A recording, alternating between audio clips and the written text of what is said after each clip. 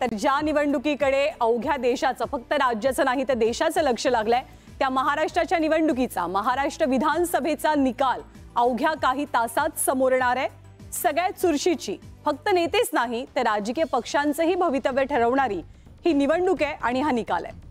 महाराष्ट्रातल्या 6,40,88,195 मतदारांनी आपलं पुढच्या 5 वर्षांसाठीचं सरकार कुणाचं असेल हे ठरवलंय आणि याच निकालाचं चित्र आज स्पष्ट होणार आहे। देशाला दिशा दाखवणाऱ्या महाराष्ट्राच्या पुढच्या वाटचालीची दिशा आणि दशा हा निकाल ठरवेल।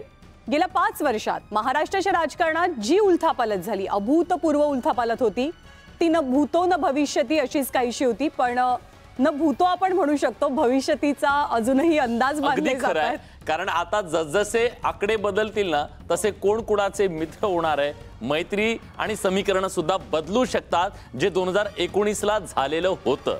बरोबर। त्यामुळे एका शिवसेनेच्या 2 शिवसेना झाल्या या 5 वर्षात, एका राष्ट्रवादी पक्षाचे 2 राष्ट्रवादी काँग्रेस पक्ष झाले आणि इतकंच काय, अवघ्या 5 वर्षांच्या काळात महाराष्ट्रानं 3 मुख्यमंत्री पाहिलेत। थोड्याफार दिवसांनी का असेना, मात्र प्रत्येक बड्या पक्षानं सत्ता उपभोगली आहे। आणि अजितदादांना 2 वेळा, खरं तर 3 वेळा उपमुख्यमंत्री पदाची शपथ घेण्याची संधी मिळाली।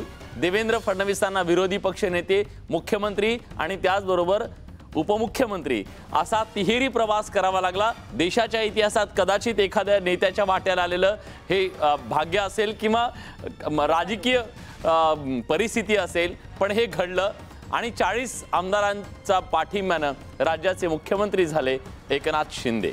थोडक्यात या 5 वर्षात काय झालंय तर सर्व पक्षांनी आपल्या राज्यामध्ये सत्ता उपभोगली आहे। आमदार, खासदार, नेते, कार्यकर्ते, पक्ष, विचार सर्वांनीच बदलले। पक्षांनी आपले जुने मित्र बदलले, नवे मित्र जोडले आणि हे सगळं काही उघड्या डोळ्यांनी सर्वसामान्य जनतेनं पाहिलंय, मतदारानं पाहिलंय आणि तोच मतदार पुढे सरसावलाय, त्यानं आपला मतदानाचा हक्क बजावलाय। आणि सगळ्यात महत्त्वाची गोष्ट विलास, राज्यात 30 वर्षांनी रेकॉर्ड ब्रेक मतदान झालं आणि हेच रेकॉर्ड ब्रेक मतदान कुणाला ब्रेक लावणार आणि कुणाला एस्केलेटर देणार हे पाहणं महत्त्वाचं आहे। खरं तर ज्ञानदा गेल्या 5 वर्षाच्या राजकारणानं 40 वर्षाच्या राजकारणाचा अनुभव महाराष्ट्राला दिलेला आहे। आपली पिढी असं सांगू शकते की आम्ही त्या 5 वर्षांचं राजकारण पाहिलेलं आहे। कुणी जर आपल्याला म्हणत असेल की आम्ही 40 वर्षाचं राजकारण पाहिलंय, एवढं विविधांगी राजकारण आपल्याला गेल्या 5 वर्षात पाहायला मिळालंय आणि पुढे काय होतं याचा अंदाज मात्र कुणाला नाहीये। आणि याच निवडणुकीचे प्रत्येक अपडेट, निकालाचे प्रत्येक अपडेट, सर्वात आधी अचूक वेगवान निकाल आम्ही तुम्हाला दाखवणार आहोत आज दिवसभर न्यूज 18 लोकमतवर। केवळ निकाल नाही, केवळ आकडे नाही, आकडे निर्जीव असतात, पण त्या आकड्यांचा अर्थ आणि त्याचा जिवंतपणा देण्याचं काम इथले राजकीय विश्लेषक करणार आहे। जमिनीवर हात ठेवल्यानंतर खाली काय चाललंय याचा अंदाज असणारे मान्यवर पत्रकार आपल्यासोबत, राजकीय विश्लेषक असतील, राजकीय कार्यकर्ते, नेते, या सगळ्यांची जंत्री इथं असणार आहे। आरोप प्रत्यारोप सुद्धा होतील, दावे प्रतिदावे सुद्धा होतील, या सगळ्याची पोलखोल आकड्यांमधून होईल। हे सगळं अगदी अचूक आणि वेगवान सुद्धा फक्त न्यूज 18 लोकमतवर दिवसभर तुम्हाला पाहता येणार आहे। त्यामुळे आज दिवसभर आमच्या सोबत राहा आणि पहा महाराष्ट्राचा महासंग्राम फक्त न्यूज 18 लोकमतवर।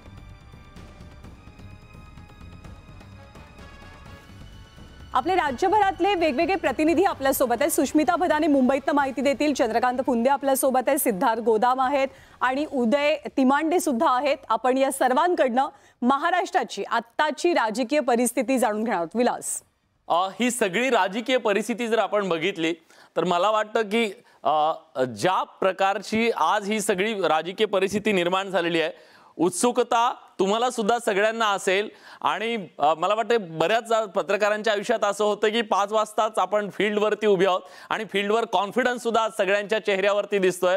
15 दिवसांचं हे सगळं केल्यानंतर काय तुमचा नेमका अंदाज आहे, काय नेमकं होईल? अगदी थोडक्यात सांगा, तुमच्या रिजन मध्ये काय परिस्थिती वाटते? सगळ्यात आधी आपण सुष्मिताकडे जाऊया। मुंबईत आहे सुस्मिता, सत्तेचं केंद्र मुंबई, सगळ्या घडामोडी पुढे इथेच घडणार आहेत। सुस्मिता, पहिल्यांदा तुझ्याकडनं अपडेट।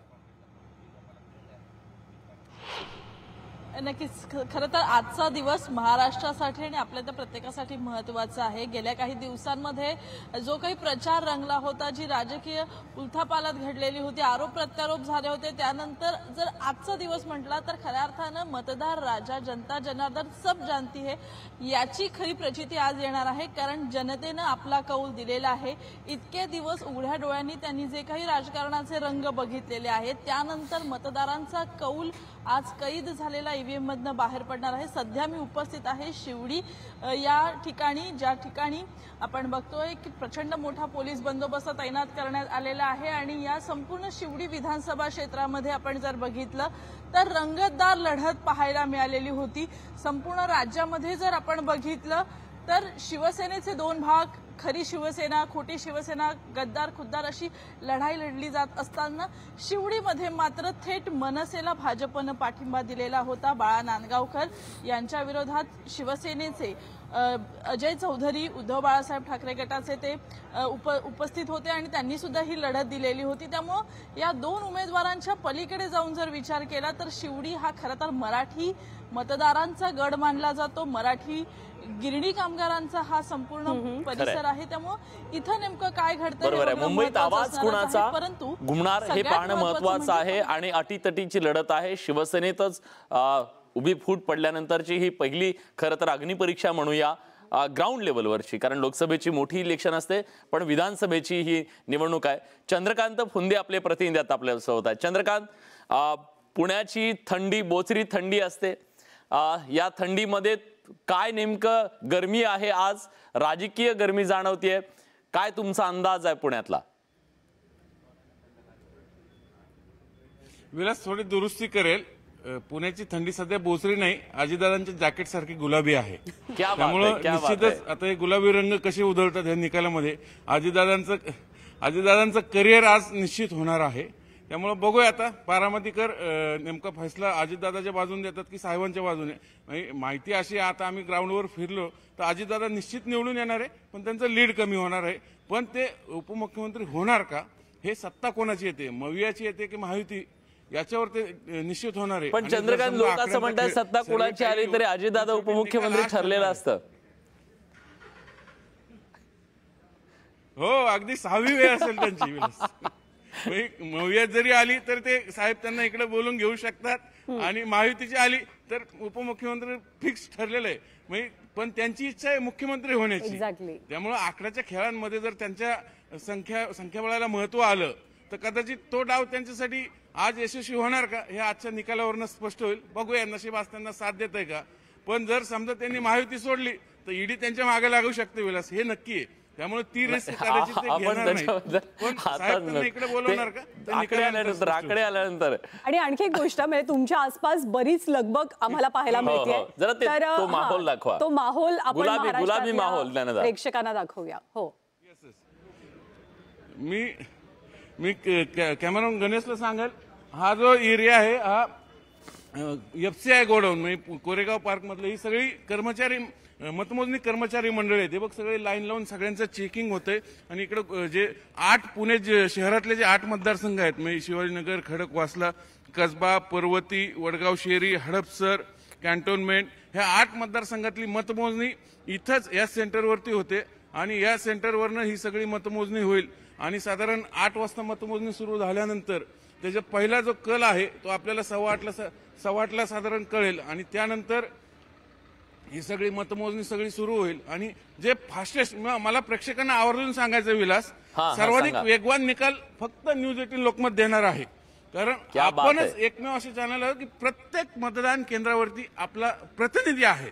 त्यामुळे प्रेक्षकांनी कुठेही जाऊ नये, फक्त न्यूज 18 लोकमत पाहावं आणि नुसते वेगवान नाही तर अचूक, आपली क्रेडिबिलिटी हीच आपली आयडेंटिटी आहे न्यूज 18 लोकमत। आमचे चंद्रकांत फुंदे म्हणजे सगळंच आलं त्याच्यात। लोकमत पाहावं, आकड्यांच्या खेळात आज आपण नक्की बाजी मारणार। नक्की बाजी मारू आणि प्रेक्षकांना तो विश्वास जो आपल्यावरती व्यक्त करताय तो सार्थ ठरवू। नागपूरला जाऊया, उदय तिमांडे आपल्या सोबत आहेत। उदय, खरं तर या निवडणुकीमध्ये असं दिसतंय, या निवडणुकीत असं दिसतंय की तिकडे नाना पटोले आहेत, तिकडे देवेंद्र फडणवीस आहेत, सत्तेचा जो केंद्र आहे तो कदाचित तुमच्याकडे येऊ शकतो अशी चर्चा आहे। म्हणजे दोन्ही बाजूनी जरी आली तरी काय नेमकी विदर्भ सज्ज आहे का त्या सगळ्या गोष्टींसाठी? विलास अगदी खरा आहे. आपण पाहिलं की राज्यामध्ये जे आहे ते फोडाफोडीचं राजकारण झालं, मात्र विदर्भ त्याला जो आहे तो अपवाद राहिला. कारण आजही जी विदर्भामध्ये लढत होत आहे ती थेट भाजप आणि काँग्रेसमध्ये होत आहे. आणि सगळ्यात महत्त्वाचं म्हणजे या दोन्ही पक्षाकडून मुख्यमंत्रीपदाचे जे उमेदवार आहेत ते दोन्ही या विदर्भातून येतात. त्यामुळं भाजपच आणि काँग्रेस या सगळ्या कार्यकर्त्यांचं लक्ष जे आहे ते नागपूरकडे असणार आहे. कारण नागपूरमधून याच दक्षिण पश्चिम मतदारसंघातून देवेंद्र फडणवीस जे आहेत ते आपला निवडणूक लढत आहे आणि विदर्भातल्या भंडारा जिल्ह्यातल्या साकोलीमधून जे आहेत ते नाना पटोले आपली निवडणूक लढत आहे. त्यामुळे या विदर्भाकडे सगळ्यांचं लक्ष आहे. निवडणुकीच्या प्रचारामध्ये देखील आपण पाहिलं होतं की पहिला आठवडा जो आहे तो सर्वच राजकीय पक्षांनी विदर्भाकडे फोकस केला होता. अगदी थेट पंतप्रधान ते खाली स्टार प्रचारक या सगळ्यांची रीक जी आपल्याला विदर्भात पाहायला मिळाली होती आणि सगळ्याच नेत्यांनी जो आहे तो विदर्भ पिंजून काढला होता. मात्र आता मतदान झालेलं आहे आणि आता जनतेने आपला कोण राज्यकर्ता असावा ही निवडण्याची आता ती वेळ आलेली आहे. आपण सध्या नागपूरच्या या दक्षिण पश्चिम मतदान मतमोजणी केंद्रावर आहे आणि आपण इथं पाहतोय की मतमोजणीसाठी जे आहे ते प्रशासन पूर्णपणे सज्ज झालेलं आहे. साधारणतः 6:30 आता यांची जी आहे ती आतमध्ये तपासणी करून जे आहे ते आत घेतलं जातं. 6:30 वाजता यांची प्रेझेंटी घेतलं जाईल. त्यानंतर साधारण 7:30 वाजता जे आहे ते स्ट्रॉंग रूम उघडल्या जातील. पहिले पोस्टल बॅलेटची जी आहे ते मतमोजणी होईल आणि त्यानंतर ईव्हीएमची मतमोजणी होणार आहे. साधारणतः 8 वाजता स्ट्रॉंग ईव्हीएमच्या मतमोजणीला सुरुवात झाल्यावर 8:45 वाजेपर्यंत जो आहे तो पहिला कल येईल. त्यामुळे इथून पुढे आता ही जे काही 1-2 तास आहेत ते सगळे धाकधुकीचे आहे आणि त्यासाठी जे आहे ते प्रशासन ज्या पद्धतीनं सज्ज आहे त्या पद्धतीनं या बॅरिकेटिंगच्या बाहेर जे आहे ते भाजपचे असेल किंवा काँग्रेसचे कार्यकर्ते असेल ते देखील गुलाल उधळण्यासाठी सज्ज झाल्याचं पाहायला मिळतं. खरं तर अगदी बरोबर आहे. आणि विदर्भ यासाठी महत्वाचा, कारण ज्याचा विदर्भ त्याची राज्यात सत्ता असं ढोबळमानानं एक समीकरण दिसतं, पाहिलं जातं, बोललं जातं. त्यामुळे काँग्रेस विरुद्ध भाजपच्या विदर्भातल्या लढाईमध्ये बाजी कोण मारणार याची कमालीची उत्सुकता असेल. यानंतर आपण मराठवाड्यात जाऊयात. सगळ्यात धगधगता प्रदेश लोकसभेच्या निवडणुकीतही आणि विधानसभेतही मराठवाडा राहिलाय. सिद्धार्थ, मराठवाड्यातलं काय चित्र दिसतंय, कशी तयारी सुरू आहे मतमोजणीची? पण सिद्धार्थच्या डोक्याला आताच गुलाल दिसतोय.